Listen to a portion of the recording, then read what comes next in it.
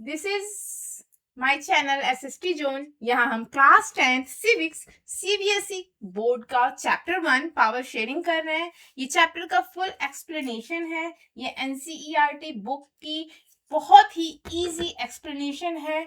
चलिए हम चैप्टर को स्टार्ट करते हैं। सबसे पहले समझते हैं पावर शेयरिंग क्या होता है। यानी पावर्स को शेयर करना, यानी किसी भी कंट्री की पावर को अलग अलग पर्सन्स और ग्रुप में डिवाइड करना, ताकि किसी एक पर्सन या ग्रुप के पास पावर कंसंट्रेट ना हो सके, पावर इकट्ठी ना हो सके, वो डिक्टेटर ना बन सके। ठीक है। In a democracy power sharing is a very important. ठीक है। डेमोक्रेसी का लिटरल मीनिंग क्या होता है? डेमोक्रेसी मतलब होता है ऐसी गवर्नमेंट जिसको यहाँ वहां के पर्सन, वहां के पीपल क्या करे? इलेक्ट करे। जहां की गवर्नमेंट इलेक्टेड हो, अपॉइंटेड ना हो। डेमोक्रेसी का मतलब आया आपको समझ? Power is not held by one person और ग्रुप, यानी पावर वन पर्सन या ग्रुप में ना हो, पावर जो हो डिस्ट्रीब्यूटेड हो। तो हमारा जो गवर्नमेंट है उसके पास 3 ऑर्गन्स होते हैं। ठीक है। ये हर कंट्री के अलग अलग तरीके के होते हैं। तो हमारी जो गवर्नमेंट है उसमें 3 तरीके के ऑर्गन्स हैं, लेजिस्लेचर, एग्जीक्यूटिव और जुडिशरी। इन तीनों ऑर्गन्स के जो पावर्स हैं वो डिफरेंट डिफरेंट इनमें बांटे गए हैं। लेजिस्लेचर का काम क्या है? लॉ बनाना। एग्जीक्यूटिव क्या करता है? उन्हीं लॉज को एनफोर्स करता है कंट्री में लोगों के ऊपर। जुडिशरी उन लॉज को इंटरप्रेट करता है कि जो लॉज बने हैं वो सही है या नहीं। तो आपको पावर शेयरिंग समझ में आया? अगर हम अपने रियल लाइफ में देखें तो पावर शेयरिंग हम कैसे कर सकते हैं? अगर हम आपको कोई ग्रुप प्रोजेक्ट दिया जाता है अगर आपको, तो उस ग्रुप प्रोजेक्ट में कोई एक पर्सन होगा जो क्या करेगा? रिसर्च करेगा उस ग्रुप उस प्रोजेक्ट के बारे में। एक पर्सन वो प्रिपरेशन करेगा, एक पर्सन डिलीवर करेगा प्रेजेंटेशन। तो इस तरीके से पावर की शेयरिंग हुई। स्कूल में अगर आप एग्जाम्पल लें तो प्रिंसिपल अपने पास सारे पावर कंसेंट्रेटेड नहीं करते, वो अपने पावर्स टीचर्स और स्टूडेंट्स को भी डिवाइड करते। जैसे आपके स्कूल में टीचर्स डिसिप्लिन मेंटेन करती हैं, head boy, head girl, monitor सब होते हैं जो इन कामों में अपना अपना उनको पावर्स दिए जाते हैं, रिस्पॉन्सिबिलिटीज दी जाती है। तो पावर शेयरिंग किसी भी कंट्री के लिए एक बेटर गवर्नेंस देता है और स्टेबिलिटी देता है। इस चैप्टर में हम यही समझने वाले हैं कि पावर शेयरिंग क्यों इंपॉर्टेंट है। इसको समझने के लिए हमारे पास 2 केस स्टडी है, बेल्जियम की और श्रीलंका की। इन दोनों कंट्रीज के बारे में हम जानेंगे और कंपेयर करके समझेंगे कि कंट्रीज में, जिस कंट्री में पावर शेयरिंग है वो कंट्री कितना अच्छा है, और जिस कंट्री ने पावर शेयरिंग फॉलो नहीं की तो उस कंट्री को क्या प्रॉब्लम्स फेस करनी पड़ेगी। तो चलिए हम स्टार्ट करते हैं। सबसे पहले केस स्टडी देखेंगे बेल्जियम का। बेल्जियम एक यूरोप की स्मॉल कंट्री है। आपके बुक में दे रखा है कि ये हरियाणा से भी छोटा है। हरियाणा हमारी कंट्री का ना ही बहुत ही बिग स्टेट है, ना ही बहुत स्मॉल स्टेट है, कि मीडियम स्टेट है। ये उससे भी छोटा है, यानी इसका एरिया कम है। पॉपुलेशन भी 1 करोड़ के आसपास है, जो हरियाणा से कम है। इसके जो फिजिकल, हम चारों साइड देखते हैं क्या क्या है। इसकी फिजिकल बॉर्डर्स किसके साथ शेयर कर रहा है? ये फ्रांस के साथ, जर्मनी के साथ, नीदरलैंड के साथ और लग्जमबर्ग के साथ। ठीक है। This is a simple question जो आपके लिए 1 मार्क्स का हो सकता है कि बेल्जियम किन किन कंट्रीज के साथ अपने बॉर्डर्स शेयर करता है। तो आपको याद रखना है France, Germany, Luxembourg and Netherlands. तो अभी हमने बेल्जियम को ये जाना कि यूरोप की एक कंट्री है और इसके बॉर्डर्स किन किन कंट्री से शेयर करे, पॉपुलेशन भी ठीक ठाक कम सी है। अब यहाँ पे प्रॉब्लम क्या है? यहाँ का जो एथनिक कॉम्पोजिशन है वो बहुत ही कॉम्प्लेक्स है, यानी घिचड़ पिचड़ भरा हुआ है। कॉम्प्लेक्स यानी प्रॉब्लमेटिक है, कॉम्प्लेक्स से भरा हुआ है। डिफरेंट डिफरेंट टाइप के यहाँ पे एथनिक वेराइटीज है। अभी सबसे पहले हम एथनिक का मतलब समझते हैं, जो कल्चर, लैंग्वेज और ट्रेडिशन पे डिपेंड हो। यानी हमारी कंट्री में रिलीजन के बेस पे जाए तो हिंदू, मुस्लिम और सिख, ईसाई, जैनिज्म, इतने सारे रिलीजियन हैं, तो इसे हम क्या कहते हैं, एथनिक डाइवर्सिटी। लैंग्वेज, कोई हिंदी बोल रहा है, मराठी बोल रहे हैं, और पंजाबी बोल रहे हैं, राजस्थानी बोल रहे हैं, तेलुगु बोल रहे हैं, तमिल बोल रहे हैं, तो यह हमारे पे लैंग्वेज एथनिसिटी भी है। तो इन सबको मिला के जो हम बोलते हैं, हम बोल रहे कॉम्प्लेक्स एथनिक कॉम्पोजिशन है। इंडिया में भी है ऐसा, ऐसा ही बेल्जियम में भी है। तो बेल्जियम में कैसा कॉम्प्लेक्सिटी है, यहाँ पे दो लैंग्वेज मेजर हैं, एक है डच, दूसरा है फ्रेंच। ठीक है, डच स्पीकिंग पर्सन है 59% और 40% फ्रेंच स्पीकिंग पर्सन है, और 1% जर्मन स्पीकिंग पर्सन है। ठीक है, तो जर्मन स्पीकिंग बहुत कम है, मेनली हमारे पास डच स्पीकिंग और फ्रेंच स्पीकिंग पर्सन है। तो ये जो आप पिक्चर देख रहे हैं, बेल्जियम का मैप देख रहे हैं, तो ये जो डच स्पीकिंग है वो फ्लेमिश रीजन में, यानी ये जो ब्लैक पार्ट है इसमें रहते हैं, फ्लेमिश रीजन में, और जो फ्रेंच स्पीकिंग है वो वेलोनिया में रहते हैं। ठीक है, जो फ्रेंच स्पीकिंग लोग हैं वो कहाँ रह रहे हैं, वेलोनिया में, और जो डच स्पीकिंग है वो फ्लैमिश में रहने। जैसे कि परसेंटेज से आपको मालूम चल रहा है, मेजोरिटी क्या है, डच की है और फ्रेंच की माइनॉरिटी है। मेजोरिटी कौन है, डच, और माइनॉरिटी कौन है, फ्रेंच। बेल्जियम का कैपिटल क्या है, ब्रुसेल्स। ब्रुसेल्स में स्टोरी अपोजिट है। ब्रुसेल्स में जो डच स्पीकिंग लोग हैं वो सिर्फ 20% है, और जो फ्रेंच स्पीकिंग लोग हैं तो वो 80% है। तो इसका मतलब पूरी कंट्री में डच स्पीकिंग ज्यादा है, फ्रेंच स्पीकिंग कम है, और सिर्फ कैपिटल में फ्रेंच स्पीकिंग ज्यादा है, यानी 80%, और डच स्पीकिंग कम ही है। तो ये हमारे कंट्री का फिजिकल और हमने एथनिक कॉम्पोजिशन समझ लिया। अब प्रॉब्लम क्या है उसे समझते हैं। जो ये फ्रेंच स्पीकिंग लोग हैं 40%, ठीक है, ये माइनॉरिटीज में है। ठीक है, ये कहाँ रह रहे हैं, हमारे वेलोनिया में नीचे रह रहे हैं फ्रेंच स्पीकिंग, बट ये रिच और पावरफुल है। पर नीचे रह रहे हैं तो यहाँ पे 80% तो फ्रेंच कहाँ रह रहे हैं, ब्रसेल्स में ही रह रहे हैं, तो कम ही लोग यहाँ पे रह रहे हैं। तो ज्यादातर लोग कहाँ रहे हैं, ये कंट्री के कैपिटल में रह रहे हैं। कैपिटल नॉर्मली भी किसी भी कंट्री का बहुत ही मेन पॉइंट होता है, जहां पे ज्यादा से ज्यादा फैसिलिटीज ज्यादा होती है। तो जो हमारे रिच और पावरफुल सेक्शन है वो हमारे कैपिटल में रह रहा है और वो पावरफुल है। डच स्पीकिंग मेजोरिटी में है, फिर भी क्या है, ये इग्नोर्ड है। इनके पास ज्यादा पावर है, इनके पास ज्यादा पैसा है फ्रेंच स्पीकिंग के पास, बट डच के पास नहीं है। इस वजह से 1950 और 60 में क्या हो गया, टेंशन क्रिएट हो गया, और ये टेंशन ब्रुसेल्स में ज्यादा एक्यूट था, यानी वहां पे ज्यादा हुआ, क्योंकि यहाँ पे फ्रेंच स्पीकिंग लोग ज्यादा रह रहे हैं, तो डच वाले लोगों को इग्नोरेंट फील हुआ, तो वहां पे ये प्रॉब्लम बढ़ गई। ठीक है, ये समझ में आ गया बेल्जियम का सिचुएशन क्या है। ऊपर क्या है हमारे पास, फ्लेमिश, और नीचे है वेलोनिया। फ्लेमिश में डच स्पीकिंग, वेलोनिया में फ्रेंच स्पीकिंग, और ब्रुसेल्स में उल्टा हो गया। अभी हम दूसरी केस स्टडी देखेंगे श्रीलंका की। श्रीलंका हमारे इंडिया से, हमारी इंडिया से तमिलनाडु के पास ही है, तमिलनाडु इधर है, तमिलनाडु के साइड में ही है, और ये बहुत हमारा एक नेबरिंग कंट्री है। अब ये एक आइलैंड कंट्री है नहीं इंडिया के पास, तो ये आपको मालूम ही है। इसकी सिचुएशन क्या है, ये भी हरियाणा जैसा ही है, बट इसकी पॉपुलेशन क्या है, 2 करोड़ है, तो ऑलमोस्ट हरियाणा जैसा पॉपुलेशन भी है। तो ये भी, ये कोई बड़ी कंट्री नहीं है। तो हमने जो कंपेयर किया दोनों कंट्री का, ऑलमोस्ट सेम सेम सा कंपेयर किया है। अब इसके में भी एथनिक क्या है, वेराइटीज है। ठीक है, तो यहाँ पे जो दो लोग हैं, सिन्हाला स्पीकिंग और तमिल स्पीकिंग। ठीक है, सिन्हाला स्पीकिंग की मेजोरिटी है 74%, यानी बहुत ज्यादा लोग क्या है, सिन्हाला स्पीकिंग।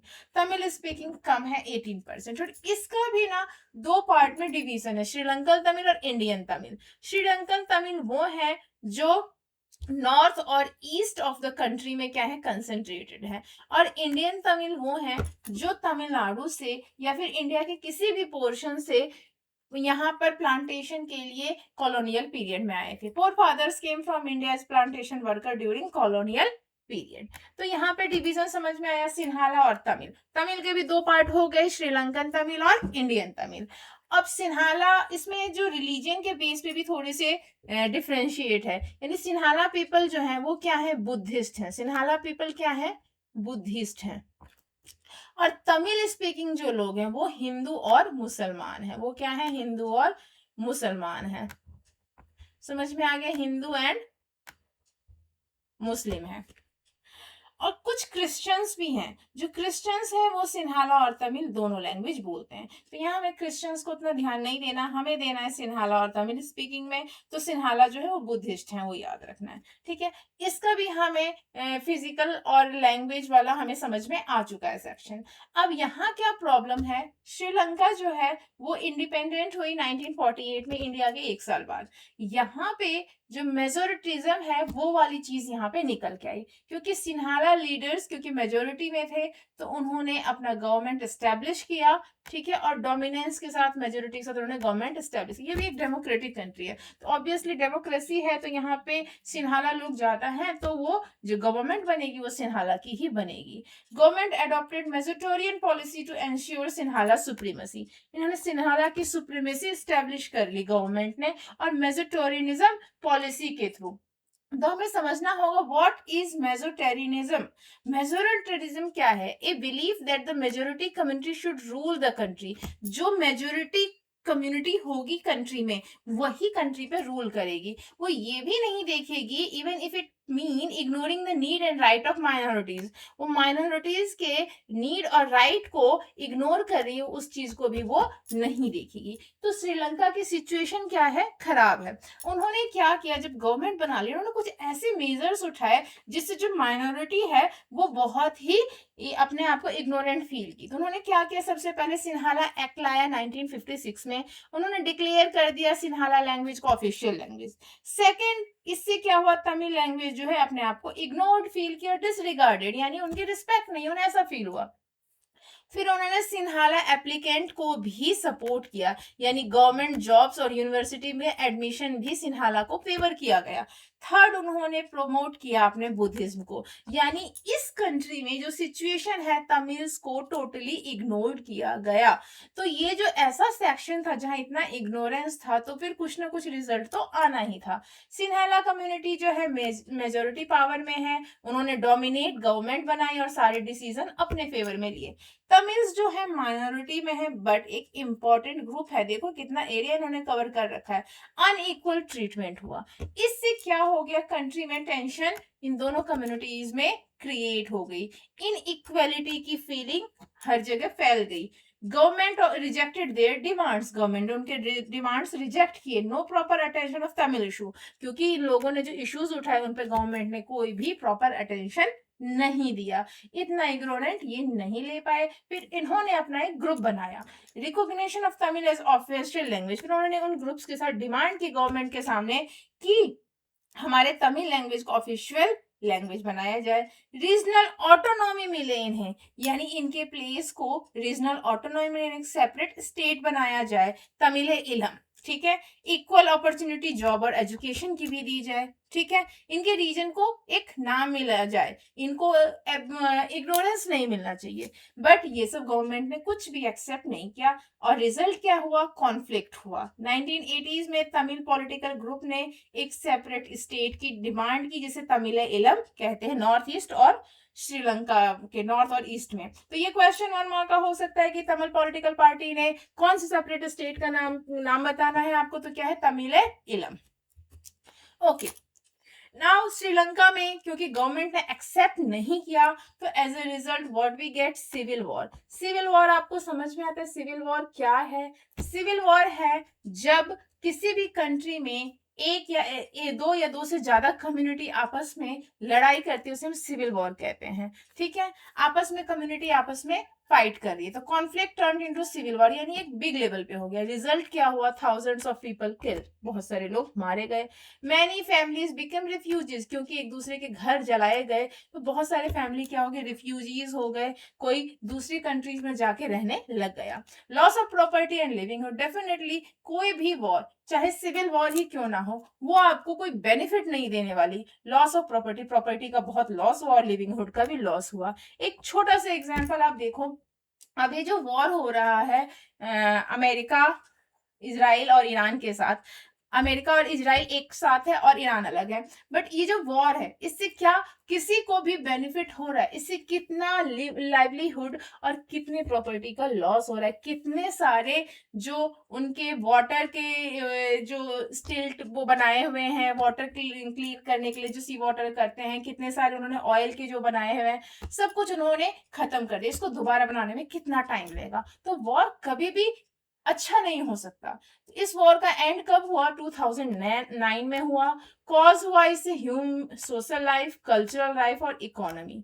कहीं भी जब इस तरीके के वॉर होंगे तो उससे इन सब चीजों का होना ही है। सोशल लाइफ ऑब्वियसली लोगों की खत्म हो गई, एक दूसरे से ट्रस्ट खत्म हो गया कंट्री के अंदर, कल्चरल लाइफ खत्म हुआ और इकोनॉमिकली श्रीलंका बहुत ही वीक हो गया।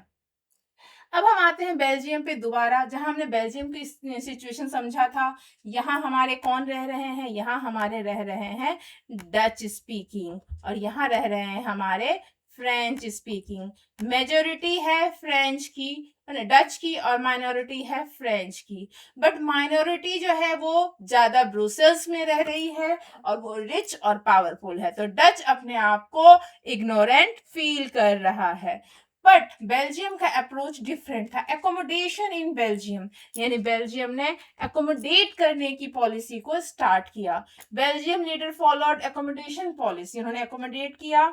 कैसे किया? उन्होंने कल्चर डिफरेंसेस और रीजनल डाइवर्सिटी को एक्सेप्ट किया, रिस्पेक्ट किया कि जो हमारे कल्चर डिफरेंसेस हैं, इसका मतलब आपका कल्चर कम या आपके जो रीजनल चीजें हैं वो कम या हमारा ज्यादा, ऐसा कुछ नहीं, सबको रिस्पेक्ट किया। कॉन्स्टिट्यूशन में काफी सारे उन्होंने चेंजेस लाए। ठीक है, फर्स्ट हुआ अप्रोच, उन्होंने डिफरेंटली रिस्पेक्ट किया। दूसरा 1970 से 1993 तक कॉन्स्टिट्यूशन में 4 बार अमेंड किया गया। जो भी उनके कंट्री के लिए अच्छा है वो अमेंडमेंट्स किए गए। Peaceful living for of all community, ऐसे अमेंडमेंट किए गए जिससे सारी कम्युनिटी पीसफुल रह पाए। तो बेल्जियम की पॉलिसी क्या है? एकोमोडेट करने की, बात करने की और चीजों को ठीक करने की पॉलिसीज है। बेल्जियम के जो पावर शेयरिंग है उसको हम समझते हैं, उन्होंने कैसे पावर्स को शेयर किया उसको अभी हम समझेंगे। फर्स्ट उन्होंने क्या किया? इक्वल रिप्रेजेंटेशन को प्रमोट किया, यानी सेंट्रल गवर्नमेंट में इक्वल नंबर ऑफ फ्रेंच और equal number of Dutch speaking members होंगे, मिनिस्टर्स होंगे। कंट्री में चाहे कम हो या ज्यादा हैं लोग, बट मेंबर्स जो सेंट्रल गवर्नमेंट में होंगे इक्वल होंगे। थोड़ा सा आपको अटपटा लग रहा होगा जब अलग ज्यादा है तो ज्यादा कम क्यों नहीं, क्योंकि उन्होंने बाद में जो है इस चीज को सेट कर लिया। अब देखो यहाँ उन्होंने इक्वल कर दिया, यानी इक्वल होंगे तो कोई भी पॉलिसी जो है ना क्या होगा, मेजोरिटी के साथ कोई भी पॉलिसी बनाई जाती है। अगर कम ज्यादा करेंगे तो फिर वो पॉलिसीज इंप्लीमेंट करना मुश्किल होगा। उन्होंने एक दूसरा लॉ लाया जो बहुत स्पेशल लॉ कहलाता है, need support from both communities, यानी दोनों कम्युनिटी का सपोर्ट जरूरी है। अगर कोई लॉ बनाना है तो कोई एक कम्युनिटी सपोर्ट करेगी, एक नहीं, तो वो लॉ नहीं इंप्लीमेंट होगा। No single community can make decision electorally, यानी कोई भी कंट्री अपने आप एक तरफा कोई भी लॉ नहीं बना सकती। ये भी इस कंट्री के लिए बहुत इंपॉर्टेंट है। फिर स्टेट गवर्नमेंट, यानी इसमें जो भी स्टेट्स हैं वो स्टेट गवर्नमेंट बनाया गया। तो एक सेंट्रल गवर्नमेंट हो गया कि स्टेट गवर्नमेंट हो गया, उनको इंपॉर्टेंट पावर्स दी गई। वो सेंट्रल गवर्नमेंट के अंदर नहीं है, एक तरीके से सेम लेवल पे हो गए। ठीक है, हालांकि सेंट्रल गवर्नमेंट पास थोड़ी ज्यादा पावर्स होते हैं, वो कंट्री के जैसे वेल्थ और कंट्री के वॉर रिलेटेड पावर होती है, पर स्टेट के पास भी अपना एक पावर था जिस तरीके से अपने स्टेट को रन कर सके। इसमें एक तीसरा है ब्रुसेल्स गवर्नमेंट, यानी एक तो हो गया सब, पर ब्रुसेल को थोड़ा अलग ट्रीट करें। ब्रुसेल में क्या है, एक सेपरेट गवर्नमेंट है। ठीक है, ये भी एक स्टेट है बट इसको अलग तरीके से ट्रीट किया। यहाँ जो है equal representation of both community है। यहाँ क्या था, फ्रेंच ज्यादा थे, डच कम थे, तो यहाँ फिर इन्होंने क्या कर दिया, ये चीज करके जो सेंटर में वो है इक्वल इक्वल, ये वाली चीज अब यहाँ पे बराबर हो गई। यहाँ पे ये नहीं कि फ्रेंच ज्यादा डच कम, ऐसा होगा, ऐसा नहीं होगा, दोनों की इक्वल इन्होंने रिप्रेजेंटेशन कर दी। तो ये आपको समझ में आ गया। आगे हम देखते हैं कि यहाँ पे किस तरीके की गवर्नमेंट बने। सेंट्रल आपको समझ में आया, स्टेट आपको समझ में आया। एक तीसरी टाइप की गवर्नमेंट भी है, community government. This is a third type of government, यानी एक ऐसा गवर्नमेंट बनाया गया जो कम्युनिटी रिप्रेजेंट कर रहा है। डच स्पीकिंग की एक अलग कम्युनिटी है, फ्रेंच स्पीकिंग की अलग कम्युनिटी है, जर्मन स्पीकिंग की एक अलग कम्युनिटी है। जो 1% जर्मन स्पीकिंग लोग हैं उनकी भी एक कम्युनिटी बनाई गई, यानी कोई भी माइनॉरिटी को इग्नोर नहीं किया किया गया। It has power to relate culture, education और लैंग्वेज इशू। तो इनको वो पावर दिए गए जो इनके रिलेटेड है कल्चर, एजुकेशन और लैंग्वेज से, ताकि इन्हें भी अपने पावर का यूज पता चले। इससे क्या होगा, डेली लाइफ में इन लोगों को, ये बहुत इंपॉर्टेंट है, they affect daily life of people, लोगों की डेली लाइफ जो है वो अफेक्ट करता है। बिकॉज अपने रिलीजन, अपने इन चीजों से, कल्चर से सबको प्यार होता है, तो उसको अगर कोई इग्नोर करता है तो हम मेंटली क्या होता है, लोगों को इंफीरियर फील होता है। Power is shared not only by religion but also by language group. Language group के हिसाब से भी पावर शेयर किए गए। इससे फायदा क्या हुआ, नो कॉन्फ्लिक्ट और इक्वल रिस्पेक्ट टू ऑल, सबके बीच में इक्वल रिस्पेक्ट डेवलप हुआ और कॉन्फ्लिक्ट खत्म हुआ। तो एज ए रिजल्ट बेल्जियम ने क्या किया, कॉन्फ्लिक्ट अवॉइड कर दिया, यानी जो वॉर श्रीलंका में हुआ था वैसा वॉर बेल्जियम में नहीं हुआ। उन्होंने अपनी कंट्री को यूनिटी, पीस और कॉपरेशन मेंटेन किया। तो ये दोनों केस स्टोरी आपको समझ में आ गई। हम दोनों को हम थोड़ा एक साथ कंपेयर करके देखते हैं। Understanding of power sharing, unity of a country can be maintained only when power is shared and the interest of all communities are respected। कोई भी कंट्री अगर यूनाइट रहती है वो तभी रह सकती है जब वहां पे पावर शेयर किए जाएंगे और इंटरेस्ट ऑफ ऑल कम्युनिटी, जितनी भी कम्युनिटी कंट्री में रह रही है उनके इंटरेस्ट को रिस्पेक्ट किया जाएगा, किसी को नीचा नहीं दिखाया जाएगा। यानी किसी के लिए जो चीज है उसकी रिस्पेक्ट की जाएगी और उसको कोशिश की जाएगी कि वो लॉज में ऐड किया जा सके। तो हम सबसे पहले बेल्जियम का अप्रोच देखते हैं। बेल्जियम के अप्रोच को हम बोलते हैं पॉजिटिव अप्रोच था, ठीक है। लीडर्स ने फील किया कि रिस्पेक्ट होना चाहिए इंटरेस्ट ऑफ डिफरेंट कम्युनिटीज को, ठीक है।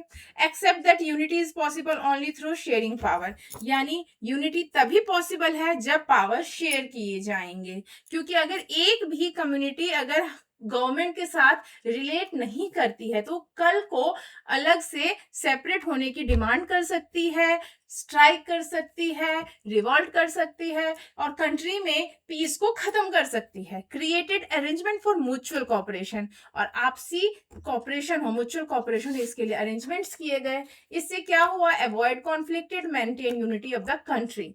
यानी इसका वन वर्ड में अगर हम समझें तो रिस्पेक्टिंग ऑल कम्युनिटी। कोई भी कंट्री अगर सारी कम्युनिटी को रिस्पेक्ट करेगी तो वो जो नेशन है वो क्या होगा, स्ट्रेंथन होगा, ठीक है। उसके एकदम ऑपोजिट हमारे पास श्रीलंका का अप्रोच है, वो नेगेटिव था। Majority community try to dominate other, majority community क्या करती है, दूसरों को डोमिनेट करने की कोशिश करती है, ठीक है। श्रीलंका में सेम ऐसा उल्टा था कि वो डोमिनेट कर रही है दूसरी कंट्री को। Refuse to share power with minority group, minority group के साथ उन्होंने अपने पावर शेयर करने से रिफ्यूज कर दिया, यानी सारे के सारे जो लॉज हैं, जो बेनिफिट्स हैं, वो सिर्फ मेजोरिटी को मिलेगी। तो ऑब्वियसली माइनॉरिटी क्या फील कर रहा है, इग्नोर्ड फील कर रहा है।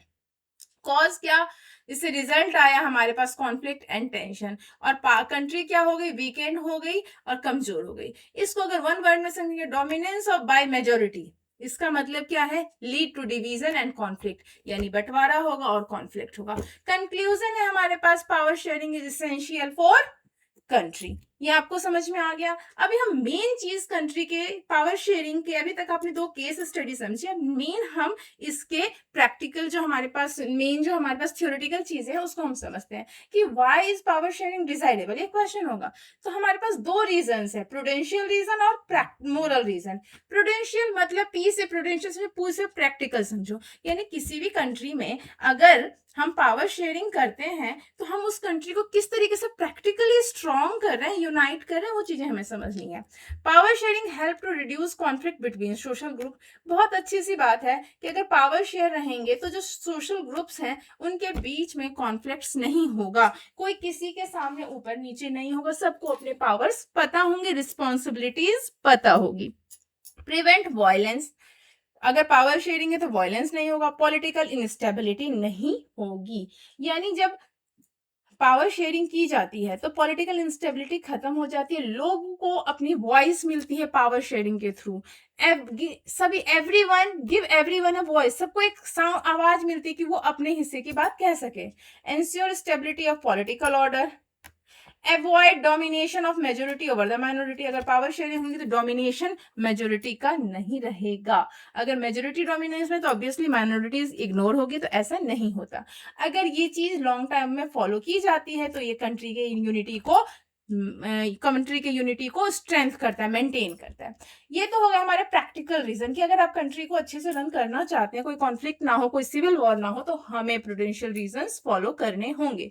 अब मोरल रीजंस भी कुछ होते हैं, यानी एथिकल रीजंस, यानी हमें अपने बड़ों की रिस्पेक्ट करनी चाहिए। ये हमारा एक मोरल और एथिकल रीजन है, ठीक है। ये आपको जो है कोई कितना भी सिखाए, ये हमारे मन से आता है। इसी तरीके से किसी भी कंट्री के लिए कुछ मोरल रीजंस भी होते हैं। डेमोक्रेसी क्या है? एक स्पिरिट है। डेमोक्रेसी सिर्फ बोलने वाली चीज नहीं है, एक स्पिरिट है, यानी एक फीलिंग है जिसमें पावर शेयरिंग है, यानी हमें मिल बांट के चलना है। डेमोक्रेसी का मतलब ये है कि पावर का शेयर होना चाहिए।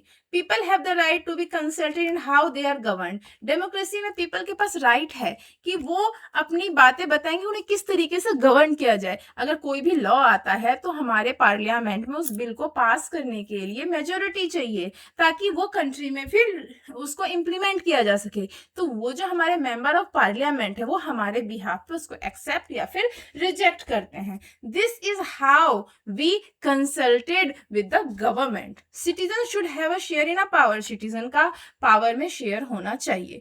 A government is legitimate only when people participate. कोई भी गवर्नमेंट तभी लेजिट है, यानी तभी सही है, जब उसमें लोग पार्टिसिपेट कर रहे हैं। तो आपको ये दोनों रीजन समझ में आ गया। तो power sharing is desirable because power sharing is desirable because it ensure peace, stability and true democracy। ठीक है, ये हमको आ गया। अब आगे हम देखते हैं कि पावर शेयरिंग डेमोक्रेसी में हमें क्या क्या बेनिफिट देती है, क्या क्या है। तो सबसे पहले respect for diversity. Power sharing क्या है कि हमारे जो डाइवर्सिटी है, यानी रिलीजियन, डिफरेंट ग्रुप्स हैं, यानी रिलीजियन, लैंग्वेज, कास्ट, सभी को रिस्पेक्ट करती है, यानी सभी की ये वैल्यू देती है, सबकी बातों को सुनी जाती है। यानी आपके स्कूल में जो हमारे रिलीजियन है, हिंदू, मुस्लिम, सिख, क्रिश्चियन, सभी को इक्वल राइट मिलता है। सभी के जो फेस्टिवल्स होते हैं, दिवाली, ईद, सब में हमको क्या बोलते हैं, छुट्टियां मिलती हैं, सेलिब्रेट हम करते हैं स्कूल में, है ना। In a good democratic government respect given to diverse group of society. किसी भी उसमें हमें क्या है, सोसाइटी में हमारी जो गवर्नमेंट होगी वो इन ग्रुप्स ऑफ सोसाइटीज को रिस्पेक्ट करेगी, ठीक है। Different views and opinion are considered in decision making. कोई भी डिसीजन मेकिंग में, कोई भी डिसीजन अगर हमें लेना है तो ये जरूर ध्यान देगी गवर्नमेंट कि जो डिफरेंट व्यू ग्रुप्स हैं उनके ओपिनियंस को कंसीडर किया जाए। Everyone get a voice in shaping policy. किसी भी पॉलिसी को बनाने के लिए ये जो है सबके वॉइस को सुना जाना चाहिए। कोशिश की जाती है कि हर चीज को समझा जाए, रिस्पेक्ट किया जाए। सेकेंड है no one has unlimited power. किसी के पास अनलिमिटेड पावर नहीं है। डेमोक्रेसी में कोई भी सिंगल पर्सन या ग्रुप अपने पास अनलिमिटेड पावर नहीं रख सकता। जो पावर्स है वो डिस्ट्रीब्यूटेड है और वो एक दूसरे को चेक भी करती है। Power is shared among different institution. Different institutions में पावर जो है ना शेयर की जाती है। लाइक प्राइम मिनिस्टर सबसे पावरफुल होता है, ठीक है ना, इसमें प्राइम मिनिस्टर सबसे पावरफुल है हमारे कंट्री में, बट वो क्या अपने आप रूल बना सकता है? यानी क्या उसके पास अकेले पावर है कि रूल बना सके? नहीं। वो जब भी कोई रूल बनाने के लिए पार्लियामेंट में लाएगा तो उसे मेजोरिटी चाहिए, चाहे उसमें हमारे ऑपोजिशंस के भी लीडर्स होंगे, तो बट उसको जब मेजोरिटी मिलेगी तभी जाके वो कोई लॉ बना सकता है। तो किसी एक जगह पे पावर नहीं होती है। System of check and balance. Democracy में ऐसा सिस्टम है कि चेक भी होता है और बैलेंस भी होता है, जिससे कोई पावर को मिसयूज नहीं कर पाता। गवर्नमेंट के जो पार्ट्स हैं वो एक दूसरे को चेक करते हैं, ठीक है। जैसे कि ये हमारे मिसयूज, पावर के मिसयूज को बचाता है। जैसे कि जो इंस्टीट्यूशंस हैं वो बैलेंस करता है, एग्जीक्यूटिव, लेजिस्लेचर और जुडिशरी, है ना। तो जो जुडिशरी है वो चेक कर लेती है, लेजिस्लेचर है, एग्जीक्यूटिव है, जुडिशरी है। तो ये जुडिशरी क्या करती है, वो कंट्रोल करती है कि जो लेजिस्लेचर वो क्या लॉ बना रहा है, एग्जीक्यूटिव जो है उसको इम्प्लीमेंट कर रहा है या नहीं कर रहा है, ठीक है।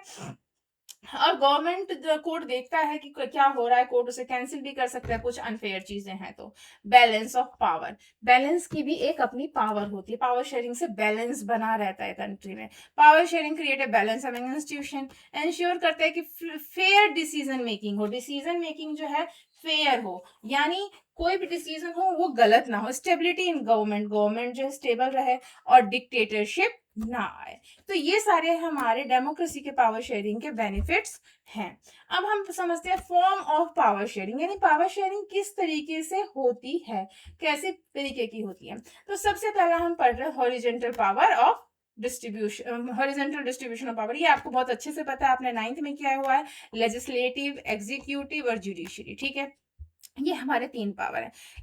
इसमें कौन आता है, इसमें आते हैं जो हमारे लिए लॉज बना रहे हैं, L4 लॉज, यानी हमारे सारे मिनिस्टर्स आते हैं जो हमारे लॉज बना रहे हैं। एग्जीक्यूटिव में हमारे वो मिनिस्टर्स आते हैं जो इन लॉज को इम्प्लीमेंट कर रहे हैं, और जो हमारे ऑफिशियल्स हैं, IAS हैं, IPS है, वो आते हैं।